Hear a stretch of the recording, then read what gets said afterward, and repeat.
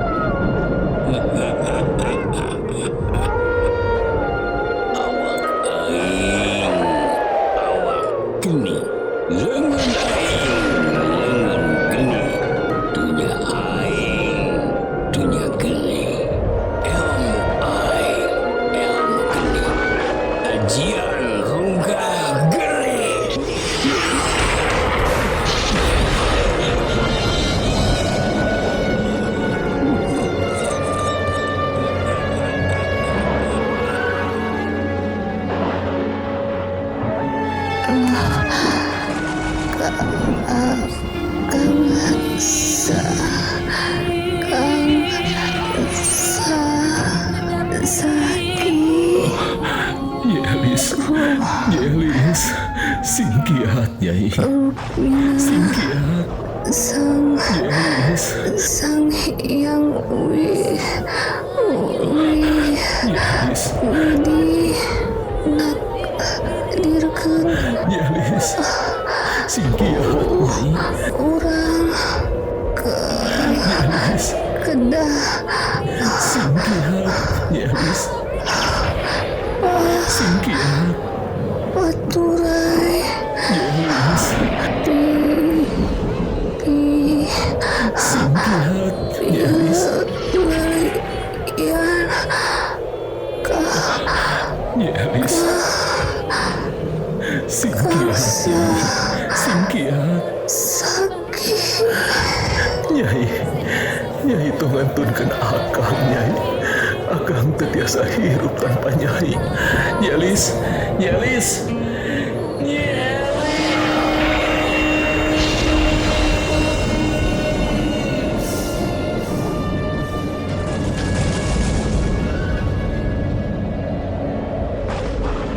Sandiwara Radio Ajian Runggah Geuning, gambaran tina kaangkuhan, kabiadaban, angkara murka, sekaligus kaluhungan budi, pangorbanan jeung abadina rasa kaasih sapasang insan manusia.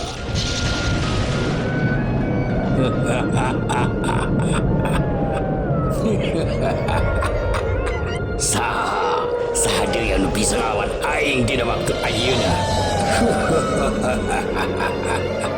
Situmpang geus kojor, ayeuna kari maneh saki anu kudu parakat nyawa saki. Siap pikeun Raden Anjeun Goma. Awas Kasaki.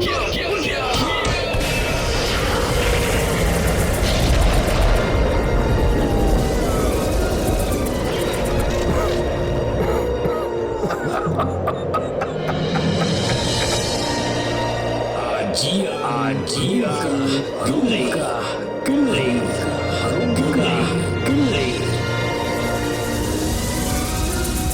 Naskah ditulis ku A. Suryana, teknik sareng montase ku A. Suryana, sutradara Prestiana AS, aransemen ADMS Orkestra.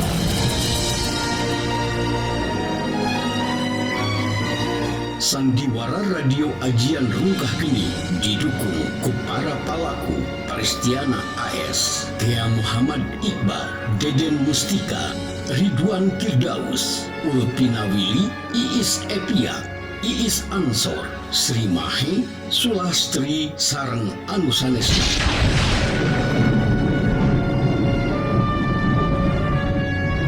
Dina edaran episode anu munggaran ieu ngabangtung jejer carios sariak kelayung di Tegalan Galeuh Pakuan.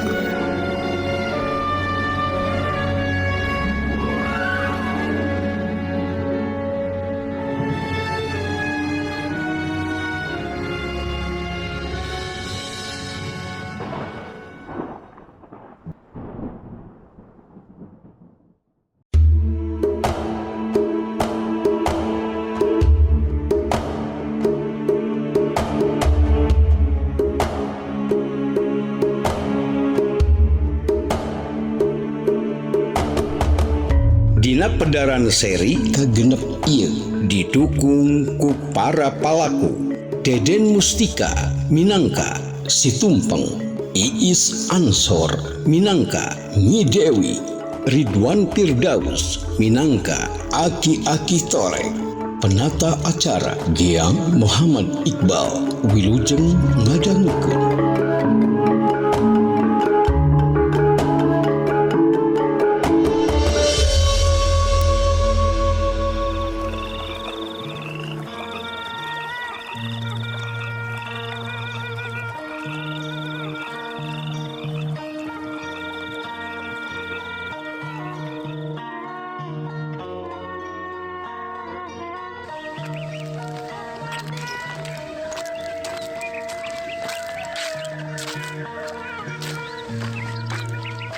Balukar tina tenggelan si Gombar anu ngagunakeun ajian balung musik yang sakit katinggal namani ripuh pisan bener-bener ngabahayakeun eta ajian teh.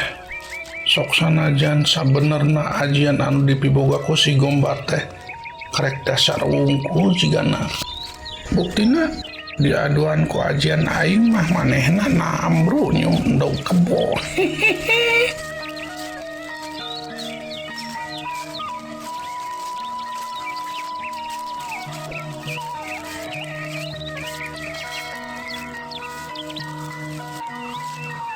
Tapi sabenerna aing rada hariwang oge bisi bapana si Gombar nyaeta Bahdur Bala ulu biung.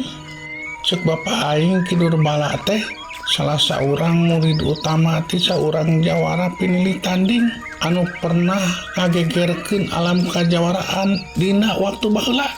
Amun teu salah mah jawara teh ngaranna Ki Durgapati. Salian ti boga ajian balung wesi, manehna oge boga ajian Gruh Bayu jeung hiji deui anu luar biasa aheng. Cenah mah ngaran eta ajian teh nyaeta ajian Rungkah Geni.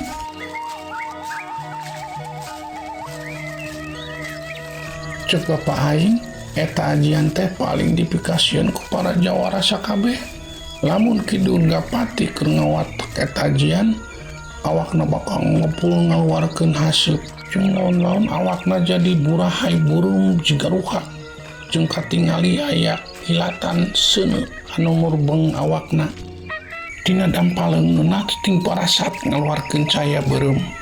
Eta cahaya teh lamun ditibankeun kana tangkal kai anu gede, eta tangkal kai pasti runtuh jeung hurung anu antukna hancur jadi lebu. Lamun tibankeun kana batu, eta batu bisa muruluk hancur. Lamun saurang jawara kakeunaan ku eta ajian, sok sanajan kakeunanana ku tenggelan jarak jauh, awak anu katiban bakal boleh deh. Sabudurun eta tempat bakal kaangse bau daging anu kabeulem jeung hangit siga buuk anu kaduruk. Komo lamun katiban eta ajian secara langsung mah awak lawan pasti paburencai bari tutung teu mangrupa. Tapi cenah kakejeman Ki Durgapati akhirna bisa pareum ku saurang jawara anu ngaran Ki Wira.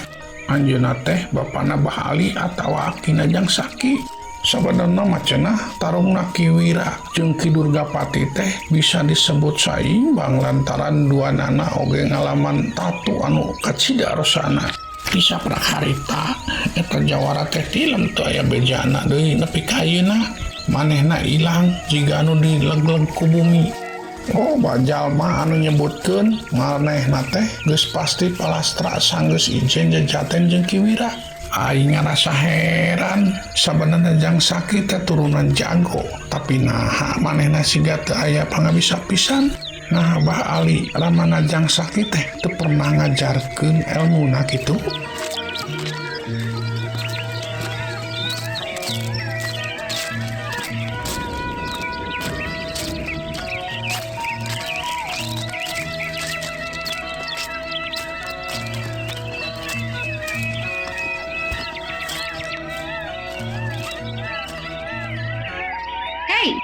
Ngalamun wae atuh kan. Mana Nyai Lasun? Mana Lasun Nyai? Nah hari akang setebih-tebih jig-jigan kana langsung sagala sares lasun akang tapi tong ngalamun. Oh, Ari sugan taya lasun, borok ku akang rek ditewak terus dipaes dijikeun jeung kadal. Nah raos gitu akang daging lasun sareng daging kadal teh. Nah, hanya itu akan nyubian gitu. Ih mending ngaruh ya abdi mah ngadangu nage rujit akang mah tamarakan pisan. Leres akang teh sok ngulang daging lasun sareng daging kadal teh gitu. Eta mah lamun akang dicarekan ku Bimursi, tetangga akang nyai. Asa teu nyambung. Nah aku naon gitu akang. Nah Bimursi bet nyiselan akang sagala. Nya nyai, manehna teh sok nyarekan ka akang lamun hayam beak teh. Har, nah bet gitunya. Upami seep hayam, tatanggi akang Bimursi teh sok nyiselan akang. Asal lieur abdi mah. Moal gitu anjeunna ngagaduhan panjawat emutan. Nya nyai, akang ge sok ngerasa aneh ku manehna teh. Abong awewe meni bawal. Bawel pisan. Panginten akang gaduh kalepatan. Upami masak hayam tara bagi-bagi ka anjeunna. Lain gitu nyai. Nah kumaha kitu anu salaresna Kang? Yo Nyi Dewi, akang teh sok kuhul lantaran hayam Bimursi teh anu awewe jeung anu lalakina teh sok marodo we dina golodong imah akang. Nya eta hayam teh sok ditewak ku akang terus dipuncitan atuh bakat ku mineng dipuncitan mah hayam teh jadi beak. Hiji mangsa Bimursi datang ke akang nyarekan majarkeun akang mau kaya manehna nya ku akang teh dilawan we da akang mah teu rumasa maot. Akang rumasa lamun muncit jeung masak eta hayam mah pan Bimursi oge ngilu ngadahar dagingna lantaran geus asak mah ku akang sok dibagikeun ka tetangga. Malahan Bimursi mah apanan ka bagian panglobana kitu tah nyai. Apanan hoy. Panginten atuh Bimursi nyeuselan da hayamna dipaokan ku akang. Mau korban mana ring nyai? Akang mah teu rumasa mau. Muhun sami wae eta teh namina mau akang. Ring nyai, akang mah muncit hayam, lain mau hayam. Malahan apanan Bimursi oge ngasaan dagingna apanan. Ku akang teh sok dibagikeun ka sakabeh tetangga apanan. Ka asup ka Bimursi apanan. Hoy. Muhun saur abdi ge eta teh sami namina teh maok akang. Mane kokoh nyai mah teu beda jeung Bimursi ka akang teh nuduh mau hayam. Henteu nyai, henteu mau. Ieu mah beda masalahna atuh nyai. Jadi lain mau. Nah naon namina akang upami kalakuan kitu teh pan maok. Yo nyai, nyai kudu bisa ngabedakeun. Sok pikiranku nyai, nah salah, nah disebutkeun maok lamun aya hayam kana golodong imah akang terus ku akang dipuncit eta mah lain maok atuh nyai. Ari maok mah kieu, lamun akang haja newak hayam di paranje Bimursi terus dipuncit tah eta maok ngaranna.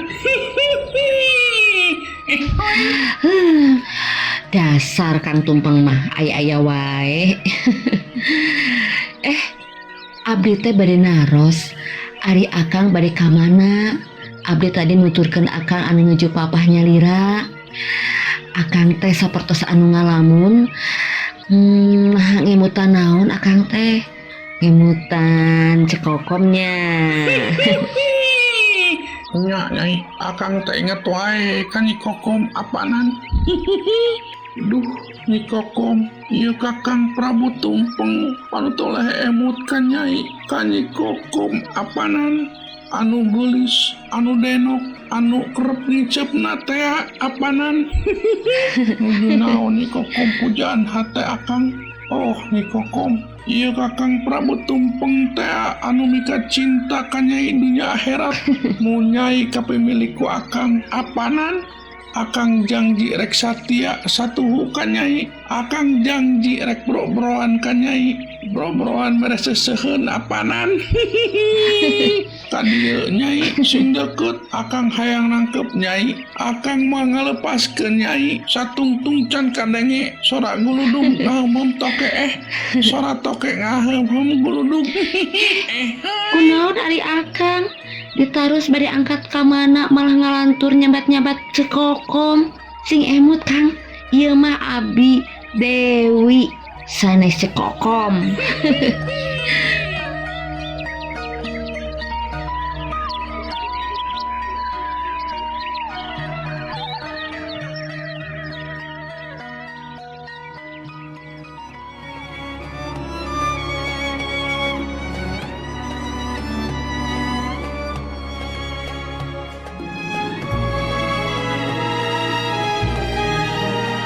Pamirsa sadaya, lalakon ieu mangrupikeun carita fiksi anu teu aya hubunganana sareng sajarah. Bilih aya nu kasabit nami kasebat daerah atanga pikasindiran lakoning palampahan hapunten anu kasuhun.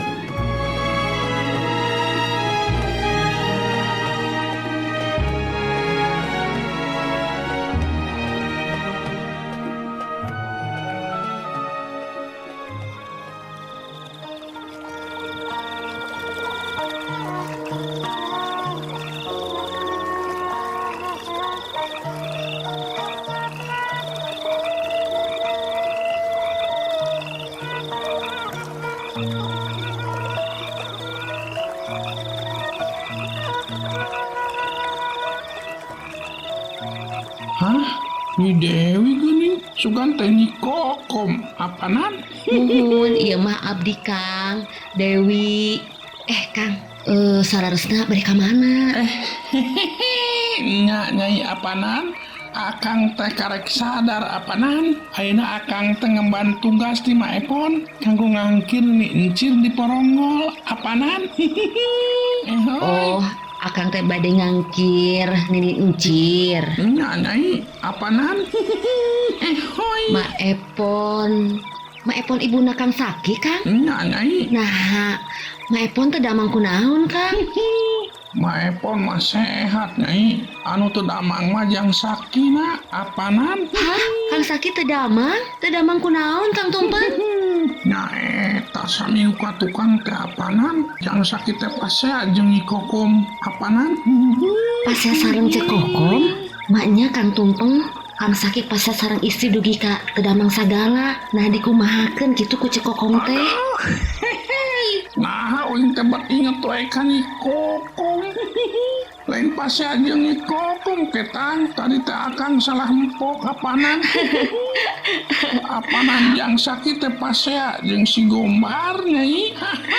Pasea sareng Kang Gombar? Nah pasea kunaon Kang Tumpeng? Nah, Nyai pasea jeung Nyi Kokom.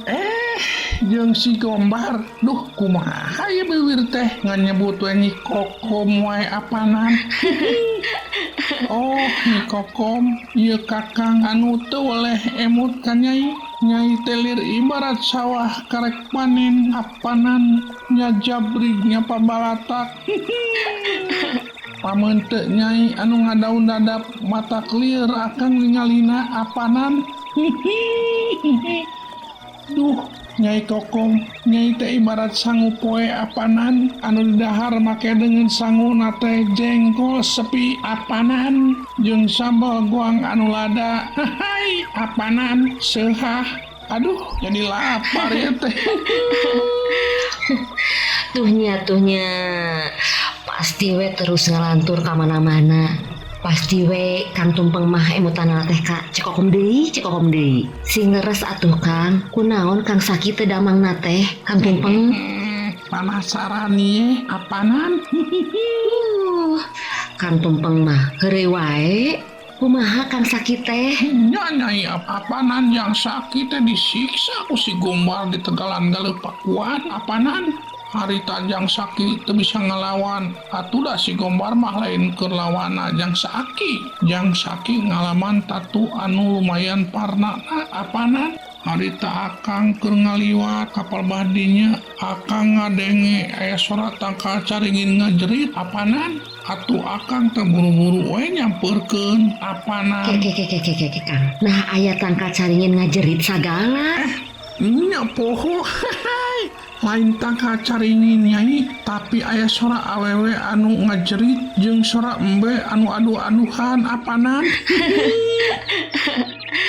Sok ngalantur deui wae maknya aya embe aduh-aduhan ari embe mah paling ge ngaberele atuh Kang. Nya bener nyai apanan aya embe anu keur babau.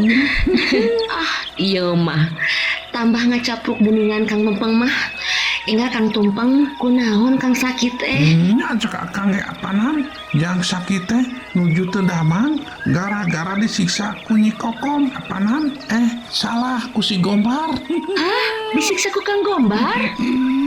Nya nyai apanan untung harita akang kaparengkeun keur ngaliwat kapal badinya apanan akang ngadengi aya anu aduh-aduhan jeung ampun-ampunan siga aya nu keur disiksa nya apanan akang teh terus nyamperkeun katingali jang sakit keur ditenggelan ku si Gombar ku akang teh ditulungan jang sakit teh apanan si Gombar teh dihabak wae ku akang nepi ka ngarumpuyuk teu hudang deui bari bibirna ngalamot endog kebo apanan.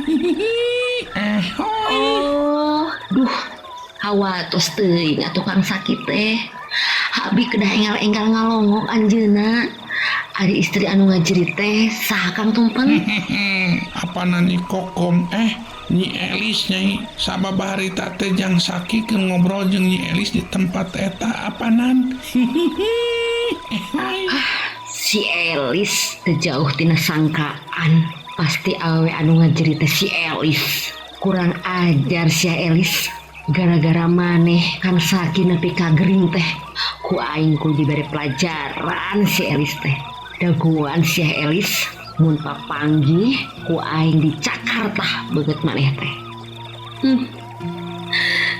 Kamari waktu aing keur keheul kahayang aing Kang Gombar bisa ngawarah Kang Saki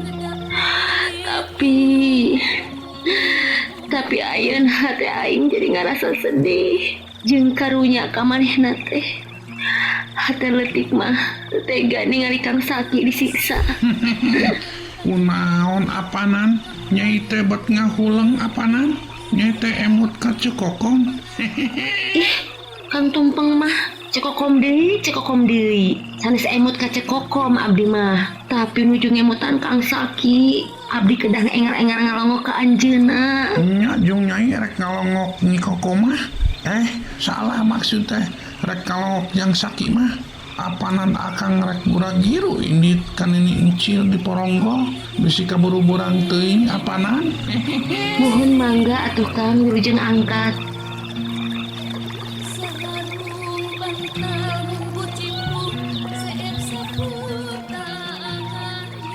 Sanggeus sempal guyon jeung Nyi Dewi kenceling we si Tumpeng neruskeun lalampahanana ngajukjuk ka lembur Poronggol pikeun nepungan ini encir. Temudu manehna leuweut leet ku kesang sabab lalampahanna teh kabilang jauh oge. Zaman harita mah can aya kendaraan seperti zaman ayeuna anu pasuliwer di mana-mana. Barito mah kendaraan teh paling naik kuda. Eta oge biasana dipiboga ku para gegeden atawa jelema anu jegut. Barang anjog ka lembur Poronggol terus manehna tatanya ka urang lembur ngeunaan imah nini encir. Si Tumpeng papanggih jeung saurang aki-aki anu geus taweh poh. Pok manehna nanya.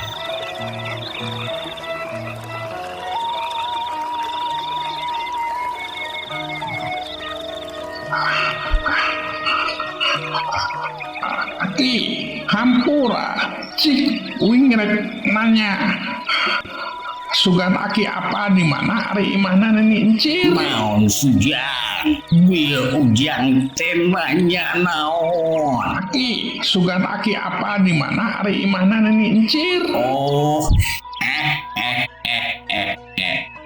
rek naon jang babet nanyakeun ngaran-ngaran pasir sogala. Ujang terek ngalah sulu di dieu mah teu kurang ku suluh sejang. Deket imah ge loba dadahanan anu gararing bisa dipake keur suluh mah. Teu kudu malati pasir sagala ka jauh-jauh. Aing nanyakeun ngaran pasir uing maki, tapi rek nanyakeun ari imah naneni encir belah mana? Sugan aki apa? Oh, ujang tereka pasir kadal. Nah, ada anu ngaranna pasir kadal di dia mau ujang. Aya ge pasir huut, pasir jaya, pasir lenggo. Itu tuh belah kuloneun ieu lembur. Eta ngaranna pasir leunca atawa cileunca. Tah, di luhureun Cileunca aya anu disebut pasir Sangyang atawa gunung Sangyang. Meureunnan ujang tereka pasir Sangyangnya dato aya nu ngaranna pasir kada di dieu mah ujang. Jado teh rajin aya jalma anu bisa ditanya jama torek geuningan. Pika sebeleun ieu aki-aki teh pilaku ku aing kudu dicabok mah kitu.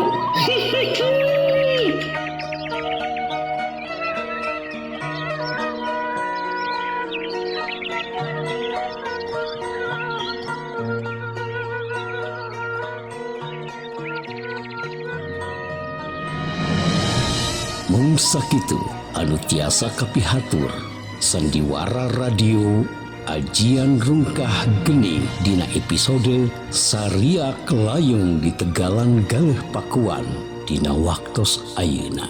Insyaallah enjing urang teraskeun deui. Hatur nuhun tina perhatosanana. Permios. Wassalamualaikum warahmatullahi wabarakatuh.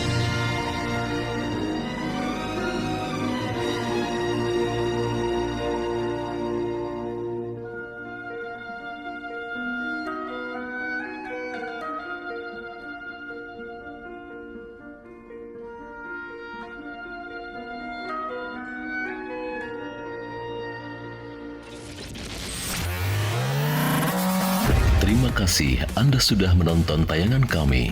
Jangan lupa like, komen, subscribe, dan share video ini. Terima kasih.